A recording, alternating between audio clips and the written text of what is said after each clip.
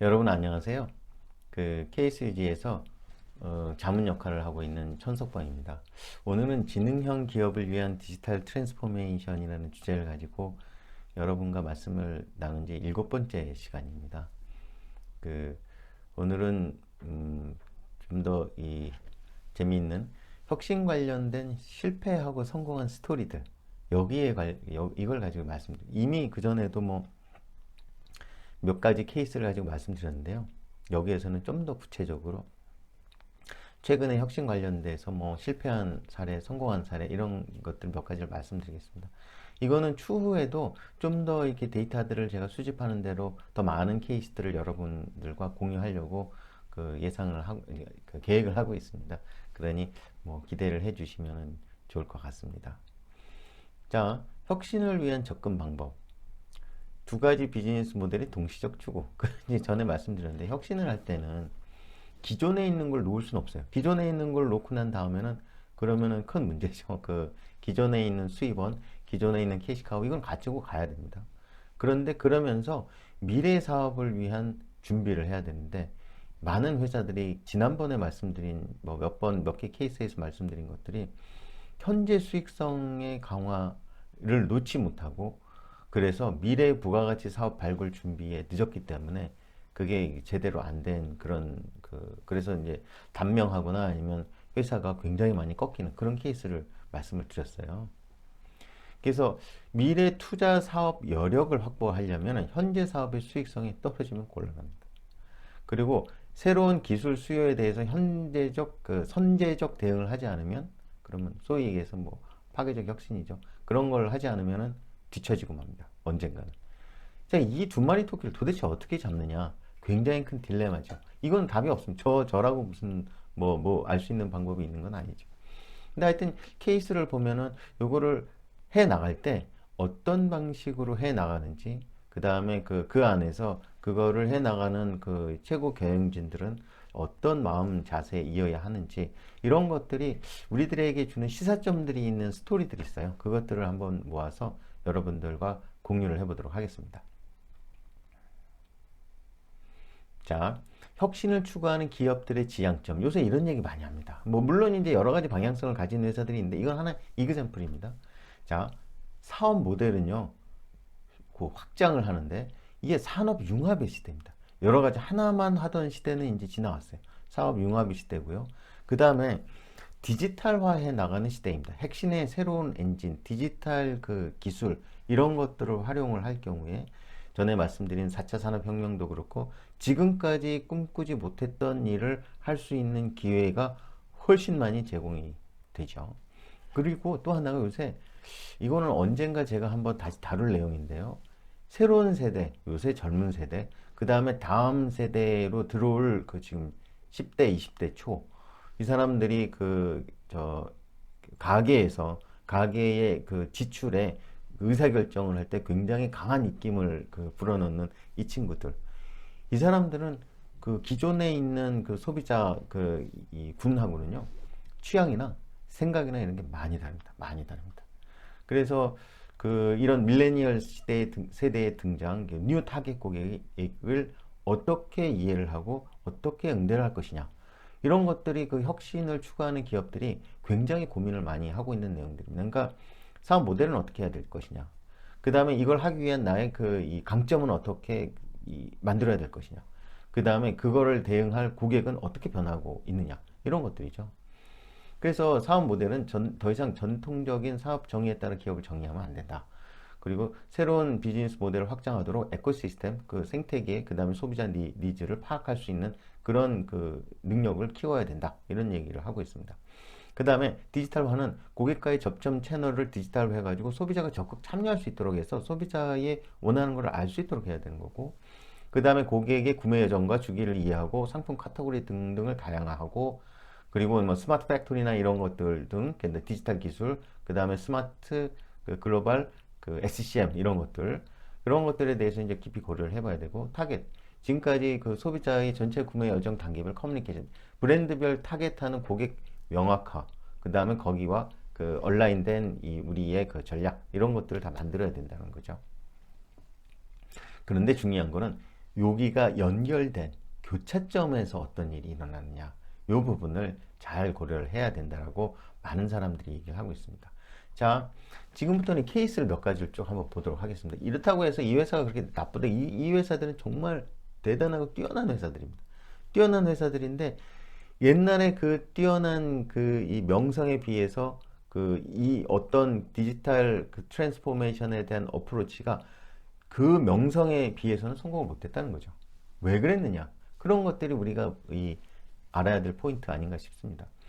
자, 2011년에 이거는 이제 책에도 퍼블리시가 된 내용이에요. 이 내용들이. 그 뉴 CEO의 제프리 이멜트라는 분이 제조업 중심을 소프트웨어 중심으로 변형을 시키려고 이제 제조업 가지고는 더 이상 안 된다. G는 소프트웨어, 10대 소프트웨어 회사가 2020년까지 되겠다라고 이제 마음을 먹었습니다. 제조 기반을 소프트웨어로 소프트웨어가 더 이렇게 비전이 있다. 그 다음에 제조를 가지고 있는 소프트웨어는요, SAP처럼 소프트웨어만 가지고 있는 회사보다 할 수 있는 일이 훨씬 많죠. 제조만 가지고는요, 물건 하드웨어를 팔아야 되는데, 소프트웨어를 가지면, 지난번에 말씀드린 대로, 그 서비스 방식으로 바꿀 수가 있습니다. 소프트웨어를 다 가지고 있고, 소프트웨어 회사가 되면은, 이 하드웨어까지도 소프트웨어 방식으로, 서비스 방식으로 운영이 가능한, 그런 그 트랜스포메이션이 가능한 거죠. 그러다 보니까 이제 이 회사에서는 Write Out 그 토마스 그리타라는 사람이 쓴 Write Out 전구 꺼졌다 불 나갔다라는 뜻인가요? 이 G가 원래 그 토마스 에디슨의 전구로 시작된 그런 것이잖아요. 프레딕스라고 하는 대규모의 제조 플랫폼을 만들었습니다. 그 프레딕스의 목표는 플랫폼이 이름입니다. 우리 SAP의 이름은 지난 시간에 BTP라고 말씀드렸죠. 비즈니스 테크놀로지 플랫폼. G는 그걸 프레딕스라고 명명을 지었고요. 산업 현장의 장비에 IoT를 접목해서 산업용 소프트웨어 OS가 되려고 했습니다. 굉장히 굉장히 뭐라고 할까요? 실현 가능하고 똑똑한 어프로치였죠. 그래서 고객사는 앱을 개발하는 겁니다. 앱은 고객사가 개발하고 G는 데이터를 분석을 해가지고 그거를 솔루션에다가 더 넣고 장비를 개선하는 역할로 쓰는 거죠. 그러니까 OS를 가지고 있으면 그 정보가 계속 들어오는 겁니다. 그러면 들어오면 그 데이터가 들어오니까 그걸 가지고 할 수 있는 일이 훨씬 많아지는 거예요. 어떤 일? 이런 장비들, 복잡한 장비들을 더 업그레이드 하는데 이걸 쓰면 되는 겁니다. 정말 똑똑한 어프로치였죠. 그래서 2016년 8월 27일에 뉴욕타임스에 이런 얘기가 나왔어요. G는 아마존, IBM, MS와 경쟁하는 소프트웨어 기업으로 변신 중이다. 그래서 G는 24년 된 소프트웨어 스타트업이다. G 프레딕스가. 왜냐하면 G의 그 디지털 그 소프트웨어 부문이 24년 정도 됐나 봐요. 근데 24년이나 됐지만 스타트업으로 운영을 하는, 스타트업처럼 운영하는 그런 회사다라고 얘기를 했죠. 결과 CEO는 퇴임하셨고요. 2017년에 주가는 여기 보시는 것처럼 대폭 날아갔죠. G 디지털은 대폭 축소됐고 디지털 부문은 주가는 확 날아갔어요. 그 왜 그랬느냐? G는 미래에 대한 진단과 해답이 정확했습니다. 정확했는데도 실패를 했어요. 왜 그랬느냐? 몇 가지 이제 아까 본 이 책에 나온 내용입니다. 가시적인 성과에 일단 집착을 했다. 작은 팀에서 시작을 해가지고 적용을 해서 이걸 확대해 나가는 대신 전체 거대 야 우리 빨리 해야 된다 그래가지고 전체 몇천 명짜리 거대 조직을 딱 만들어가지고 성과를 딱 주고 자 개발해 이렇게 간 거죠. 그러니까 개발 속도가 계획을 못 따라간 거. 이거가 보면은 일반적으로 제가 이전 시간에 한번 보여드릴 기회가 있었는데 충분히 보여드리지 못한 게 있는데 다음에 한번 자리를 마련할 계획입니다. 롤 드리븐 오가니제이션하고 랭크 드리븐 오가니제이션이라는 게 있어요. 그게 역할 중심으로 가는 거하고 위계 중심으로 가는 거하고의 차이죠. 그러니까 소프트웨어 회사는 주로 역할 중심으로 자기가 각각 나눠지는 역할을 가지고 이렇게 소프트웨어는 정형화하기 힘들기 때문에 그렇게 해서 모여요. 근데 하드웨어는 그 역할이나 랭크, 야, 까람 언제까지 개발해? 이런 거에 익숙해져 있는 회사들이 하드웨어 만드는 회사들. G는 전형적인 하드웨어 회사였거든요. 그런데 소프트웨어 회사가 가는 방식을 이제 따라 하다 보니까 하드웨어가 만들어가는 방식으로 전체 프로젝트를 운영을 했던 거예요. 그러니까 개발 속도가 계획이 못 따라가기 시작하면 한 곳에서 한두 곳에서 누수가 나기 시작하면 전체적으로 무너지는 그런 효과가 이제 생기기 시작하는 거죠. 또 하나는 조직의 비전 공유를 제대로 하지 못했어요. 비전은 옳았지만 제시하는 방식은 상명하복이었어요.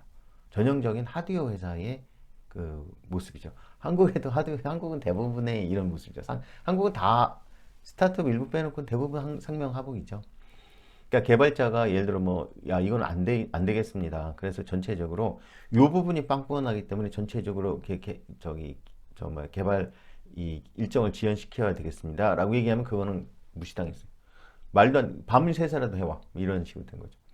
그 다음에 고객이 사용할 이유를 제시하는 게 실패했어요. 기기가 통합되고 뭐 각종 분석이 막 되면 어떤 일이 발생? 소프트웨어 막 끼고 이 뭐 엄청 그러면요 계속 버그라는 게 끼기 시작합니다. 버그. 소프트웨어가 예를 들어서 소프트웨어 회사들이 가지고 있는 그 특징은요.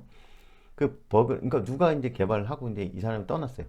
그래도 나중에 사람들도 충분히 그 문제가 생겼을 때 그걸 찾아내서 고칠 수 있는 그런 구조적인 개발팀의 설계가 되어 있어야 되고 거기에 대한 롤 앤 리스폰서빌리티가 정립이 되어 있어야 되거든요.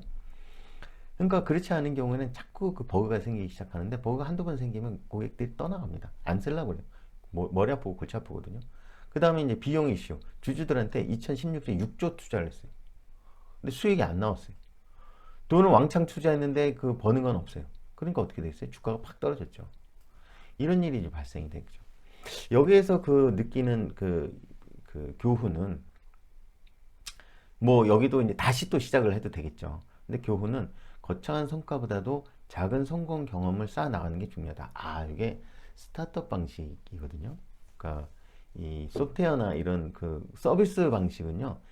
대기업 이렇게 뭐 매니팩처러보다는 이 스타트업 방식이 훨씬 더 이렇게 잘 적응해 나갈 수 있는 거 아닌가 그런 생각이 듭니다. 방향 전략이 오라도 이를 공유하는 내부 소통이 온당치 않으면 그게 효율적이지 않으면 꽝이다 이런 얘기죠. DX는 디지털 트랜스포메이션의 약자가 DX입니다. DT가 아니라 DX예요. DX 추진 시 고객에게 어떤 가치를 줄지 구체화해서 표현을 해줘야 된다. 안 그러면 고객이 이해를 못하면 안 사죠. 이유가 없죠. 산 것도 불만만 생기죠. 그 다음에 미래의 혁신 성과가 현재 비즈니스의 부실함을 보상하지는 못한다. 미래 비전이 아무리 좋아도 지금이 꽝이면 안 참아준다는 얘기입니다. 특히 이거는 뭐 많은 곳에서 혁신하는 분들이 가지고 있는 고민인데 이게 굉장히 크게 전사적으로 증폭이 돼서 나타난 케이스가 이제 이 G 케이스라고 이 책에는 나와 있습니다. 또 재미난 그 케이스가 있어요. IT를 도입한 기능성 운동복. 여기가 기능성 운동복으로는 거의 넘버원. 운동복 자체로는 뭐 조금 떨어질지 몰라도 기능성으로는 최고예요. 여기가 북미에서 노스 아메리카 2위, 미국에서 2위까지 등극하고 그 다음에 이제 쫙 나락으로 떨어지고 있는데 이 언더아머가 뭘 했냐면요. 그 굉장히 유명한 케이스인데 기존의 언더아머는 스포츠를 더 잘하는 스포츠웨어의 본질에 집중을 했다고 합니다. 그래서 2014년, 2015년에 아디다스가 원래 1등이었는데 아디다스를 제치고 북미 2등이 됐어요. 굉장히 어마어마한 성과를 했죠. 그 다음에 IT 인력만 500명 정도를 육성을 했고요. 되게 재밌는 건 2017년에 언더아머 그 창업자 CEO가 CES 가전 박람회 있죠. 라스베가스에서 오는 전 세계 뭐 삼성, LG뿐만 아니라 전 세계 MS 무슨 그러니까 그러니까 가전 장비 만드는 회사는 몽땅 모여가지고 하는 큰 축제 같은 세계 최고의 그 박람회에서 이 사람 기조연설을 했어요. 어느 정도로 대단한 관심을 받은 회사인지 알 수 있겠죠. 그러다가 CEO가 이제 여기 보시면 주가가 40불까지 막 올라가다가 그 다음 나중에 이쪽에는 뭐 쭉 떨어져서 이제 반토막에다가 10불까지 이런 일이 발생이 됐어요. 이게 왜 이러냐 이 사람들이 여기를 따져보면요 이런 얘기를 합니다. 뉴 트렌드를 놓쳤다. 애슬레저라는 다이렉트 투 커스터머 애슬레저라는 게 뭐냐면요 애슬레트 운동하는 거하고 레저 하는 거하고 합칩니다. 레저는 그냥 운동하는 거는 진짜 무식해도 그 운동만 잘할 수 있게끔 해주면 되는 거예요. 레저는 뭐죠? 레저는 놀러 가는 거잖아요. 놀러 가려면 놀러 가는 거에 대한 기분. 뭐 등산복 입고 놀러 가는 사람들도 있긴 하지만 거기 가서도 운동복이 놀러 가서 입는 복하고 합쳐지는 거죠. 놀러 갈 때도 그 운동복 입고 가는 거예요. 그런 게 그러니까 패션이 강조가 된 운동복이죠. 그런 것들이 트렌드였거든요. 그쪽으로 안 간 거죠. 업의 본질 우리는 뭐냐? 성능, 운동. 그럼 운동을 해야지 무슨 그 거기에 패션이 이렇게 가다가 되게 못생긴 제품이 나오고 가격은 굉장히 비싸졌어요. 왜냐하면 성능이 엄청나게 뛰어나거든요. 그리고 이제 그러다 보니까 처음에는 이제 뭐죠? 자기 전용 매장이나 아니면 그 온라인 매장 이런 데에 돼 있다가 프리미엄 유통 매장 이런 데도 이제 들어가 봤어요. 그러다가 이제 그 이 프리미엄 유통 매장에 이제 들어가서 그 프리미엄 유통 매장 중심으로 이제 그 영업을 했었는데 그래서 고가 정책을 쓰고 있었는데 그러니까 너무 이제 안 팔리니까 판매 증진을 위해서 중저가 매장에 입점했죠. 그랬더니 어떻게 돼 있어요? 브랜드 이미지 팍 떨어졌죠. 팍 떨어졌죠. 그래서 트렌드를 놓친 것. 그 다음에 IT 활용 전략이 실패한 것. 커넥티드 피트니스를 위해서 8,500억, 뭐 거의 1조 가까이 들여가지고 그 피트니스 앱을 인수를 한 다음에 그 헬스박스라는 걸 출시했어요. 헬스박스라는 거는 그 밴드하고 심장계, 뭐 체중계 다 합친 여기 차는 그런 거예요. 근데 애플워치가 나온 다음에 하나도 안 팔려요. 누가 그걸 사겠 애플워치 그렇게 이쁘게 나왔는데. 그 다음에 이제 CEO가 또 이 약간 닭짓을 했죠. 왜냐면 CEO가 2017년에 트럼프 공개 지시를 해가지고 그래서 그 10대 애들이 그 2017년 이후에 4년 연속 10대 대상 설문조사에 오타가 납니다. 설문조사에서 절대 사지 않을 브랜드 1위가 됐다는 거예요. 황당하죠. 이렇게 해서 이 와중에 아디다스는 애슬레저의 열풍을 리드를 했어요.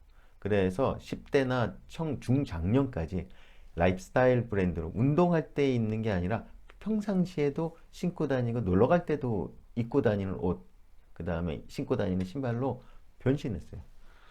그런데 현재도 언더아머는 아직도 스포츠 퍼포먼스 회사를 고수를 하고 있죠. 어디가 결국은 성공할지는 모릅니다.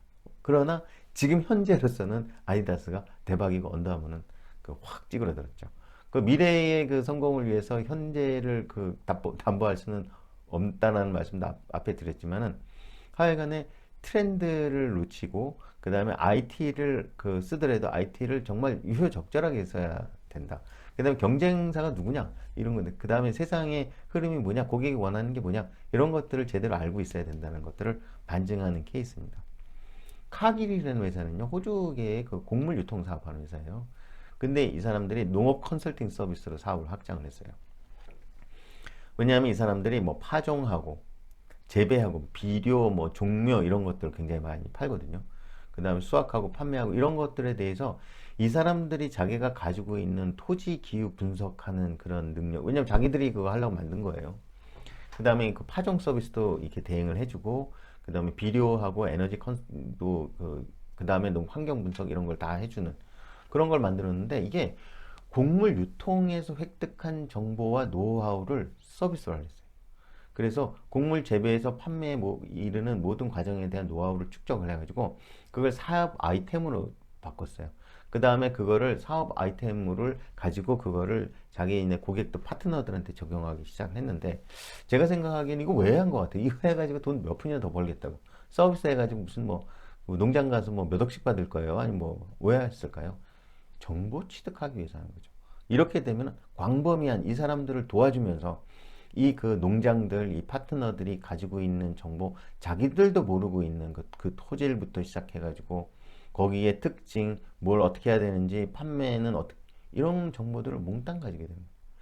얘네들이 그 자기 고객들이 사실은 자기 이 에코시스템 내에 들어와서 못 나가게 하는 거죠. 왜냐하면 너무 양질의 서비스를 받고 정보를 받는데 이 정보가 없으면은요 자기 생산성 이런 거 답보할 수가 없거든요.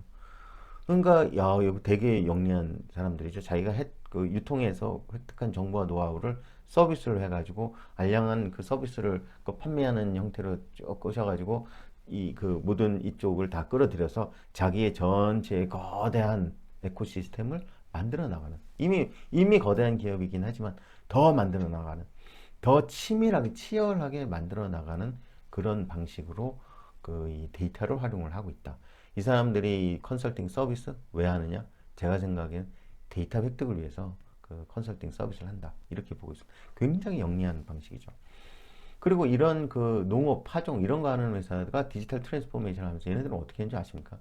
비즈니스 운영 방식의 변화와 공급망 개선. 이게 이 사람들은 세이프, 서스테이너블, 리스폰시블 요 세 개의 그러니까 안전성, 그 다음에 지속 가능성, 서스테이너블이라는 건 전에도 한번 말씀드린 적이 있는데요. 여기에 뭐 문제가 생기거나 아니면 뭐 그 환경에 그 오염을 시키거나 아니면 사람이 먹고 탈라거나 하면 한 방에 날아갑니다. 이런 회사들은. 서스테이너블에서는 반드시 지켜야 되는 그런 것들이 쭉 있고 그걸 어떻게 관리하느냐. 거긴 다 비용이거든요. 굉장히 이제 중요한 거예요. 소싱 할 때는 서스테이너빌리티 굉장히 중요하죠. 이상한 거 소싱하면 큰일 납니다. 그러니까 이 회사는 저기 뭐 곡물 이런 것뿐만 아니라 제가 알고 있기로는 뭐 양돈 이런 이렇게 파밍 이런 것까지도 다 한다고 들었거든요. 그다음 리스폰시블 이걸 만들어서 딜리버 할 때 어떤 리스폰시빌리티를 가지니 여기서부터 시작해서 만들어 가지고 딜리버를 해서 고객한테 갈 때까지 거기에 상하면 절대 안 되죠. 큰일 나죠. 이건 먹는 거거든요. 자, 이런 것을 위해서 디지털 혁신을 위한 단일팀, 원팀을 구성을 했어요. 그래서 공급망 관리를 위한 엔드투엔드 프로세스를 이 사람들이 통합을 했습니다. 아, 종묘, 양돈, 이런 농업, 이런 회사들이 웬 디지털 트랜스포메이션이냐. 이 부분이 더 필요한 부분이기도 합니다. 왜냐하면은 이 부분에서는 우리가 다른 데서 일반 공산품에서 예측할 수 없는 그런 리스크들이 훨씬 많이 상존하고 있거든요. 그리고 프로세스도 엔드투엔드로 관리를 해야만 문제가 생겼을 때 추적이 되는 게 이 인더스트리예요. 그 다음에 고객에게 안전한 제품 지키기, 지구 건강 지키기, 제로함, 그 다음에 연간 10억 달러, 그러니까 한 1조 정도의 비용 개선, 굉장히 큰 회사거든요. 자, 우리가 생각했던 농업을 주로 하고 있는 이런 회사들도 디지털 트랜스포메이션을 이런 형태로 추진을 하고 있고, 이 사람이 가지고 있는 프로세스 프레임워크를 보면은요, 전에 언젠가 제가 첫 시간인가 말씀드렸던 엔드-투-엔드 프로세스를 이 카길이 그려서 운영을 하고 있습니다. 옛날에는 프로세스가 개구재물 마판사라고 말씀드렸잖아요. 개구재물, 개발, 구매, 제조, 물류, 마케팅, 판매, 서비스. 이게 이제 그래가지고 한 펑션 내에서 무슨 일을 할지를 정하고 그 다음에 이 일이 끝나면 다음 일로 전해주고 구매가 끝나면 제조로 넘겨주고 그 제조가 끝나면 그걸 물류로 넘겨주고 물류가 끝나면 그걸 영업으로 넘겨주고 이런 형태로 구성되어 있던 것들을 하나의 어떤 특정한 일을 위해서 엔드-투-엔드로 프로세스를 그린 사례입니다. 이노베이트 그러면은 컨셉에서 솔루션 나올 때까지 이 안에 그서 보면 컨셉에서 솔루션 나올 때까지 이게 프로세스고요. 그 프로세스를 이제 완성시키기 위해서 굉장히 많은 부서에서 와서 그 프로세스에 참여를 해야 돼요. 예를 들어 플래너, 포캐스트 또 스케줄, 포캐스트에서 스케줄까지 완성이 되려면은요.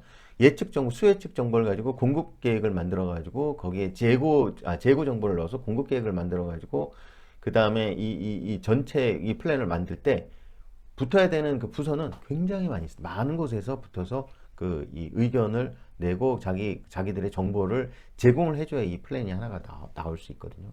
자, 그러면 이 SCM 플래닝 하는 거, 이거 하나도 포캐스트 투 스케줄이라는 그 프로세스를 만드는 거예요. 그 다음에 make은 schedule to produce라는 프로세스, delivery는 produce to deliver라는 프로세스. 그래서 이 프로세스를 완결형 프로세스를 만들어서 이 프로세스를 다 붙이면은요, 이게 전체 엔드-투-엔드가 커버가 딱 되게. 그렇게 이제 만들어 놓은 이 프로세스의 프레임워크입니다. 요새는 많은 회사들이, 이 회사뿐만 아니라 많은 회사들이 이런 형태로 프로세스 이름도 다 대체를 하고 있는 그런 상황이거든요. 그런 것들을 한번 참조로 해 보시고요. 그 다음에 바이엘은 제약회사로 유명한 회사죠. 근데 제약회사인데 뭐 여러 가지 양뿐만 아니라 뭐 해충제도 팔고 살충제도 팔고 그 다음에 농산품도 팔고 농산물에도 이제 관여를 하고 뭐 그런 식으로 한다고 잘 알고 있어요. 이 바이엘이 농장, 팜이죠. 소비자 업체, 유통사, 소비자하고 이제 커뮤니케이션을 하는 채널을 만들었어요. 왜냐하면 이거는 처음 끝까지 정말로 관리가 돼야 되고 뒤에서 문제가 생겼을 때 추적해서 어디에서 문제가 시작됐는지를 밝혀낼 수 있어야 돼요.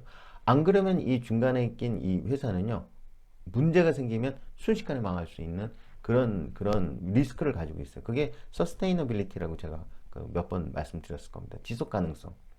지속 가능성이랑 지속 불가능해지면 망하는 거죠.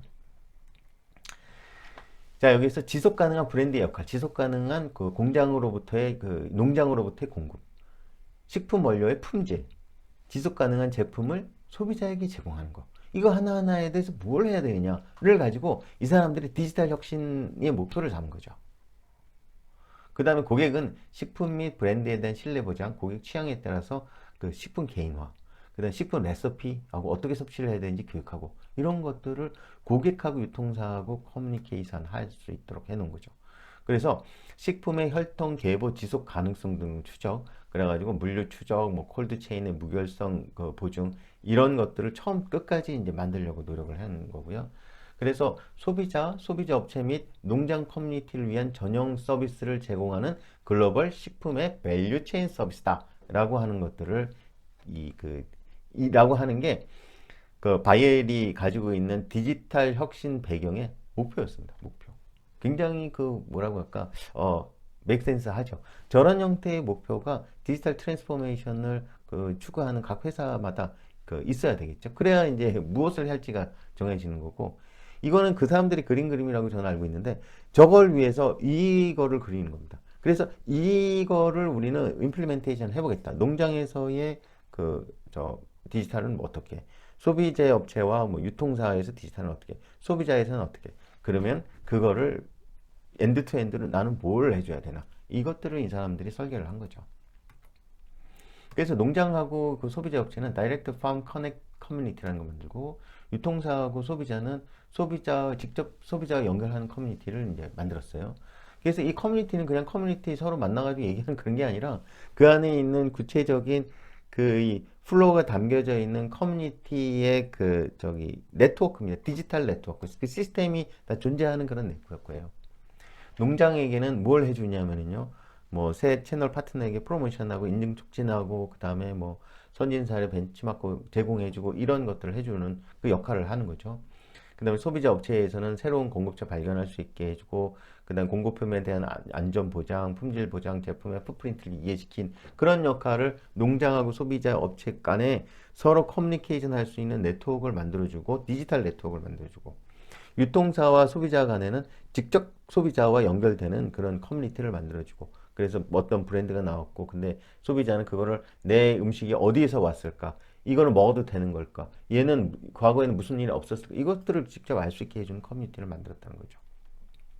다 엔드투엔드 밸류 체인을 연결해서 식품 체인 정보에 쉽게 적응할 수 있게끔 만들어졌다는 겁니다. 이런 것들이 각 회사에서 가지고 있는 그 디지털 혁신을 추진을 하고 있는 그 회사들이 그 성공하고 어떤 경우는 성공하고 어떤 경우는 실패하고 한 그런 사례들입니다. 이걸 보면은 뭔가 그 뚜렷한 목표 이런 것들도 중요하고 그 운영해 나가는 방식 이 안에서의 그 커뮤니케이션 뿐만 아니라 뭐 그걸 하기 위해서 이제 드라이브 해 나가는 그 조직 내에서의 구조 그 다음에 그거를 CEO가 스폰서를 그렇게 강력히 해도 스폰서를 정확한 방식으로 하지 않으면 참 안 된다라는 여러 가지 케이스들을 봤습니다. 앞으로 뭐 좀 더 다른 케이스를 가지고 다시 이제 소개를 시켜드리는 그런 자리를 이제 마련해 보도록 하겠습니다. 경청해 주셔서 감사합니다.